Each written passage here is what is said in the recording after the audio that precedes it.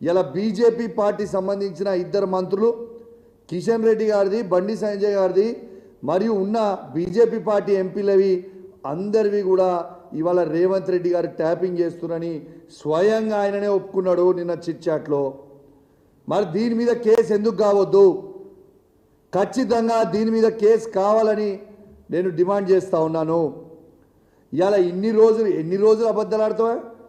అసలు రోజు ఒక డ్రామా. ఇవాళ అసలు నువ్వు ఇప్పుడు దాదాపు ఈ నవంబర్ వస్తే 2 years అవుతుంది. అసలు కొత్త ప్రాజెక్ట్ కానీ కొత్త స్కీములు కానీ ఒక్కటన్నా నువ్వు చెప్పినవి ఇంప్లిమెంట్ చేసినావా? ఎంతసేపు ఒక డ్రామా చేయడం తప్పితే ఖచ్చితంగా రేవంత్ రెడ్డి గారి మీద ఎట్టు పరిస్థితిలా ఈడీ సిబిఐ కేసు ఈ ఫోన్ ట్యాపింగ్ ఇష్యూలో పెట్టాలి.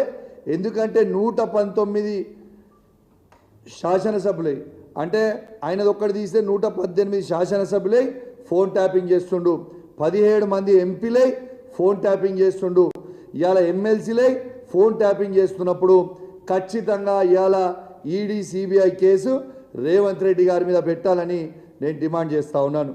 ఇంకోటి కూడా చెప్తా ఉన్నాను, రేవంత్ రెడ్డి గారు ప్రైవేట్ హ్యాకర్లను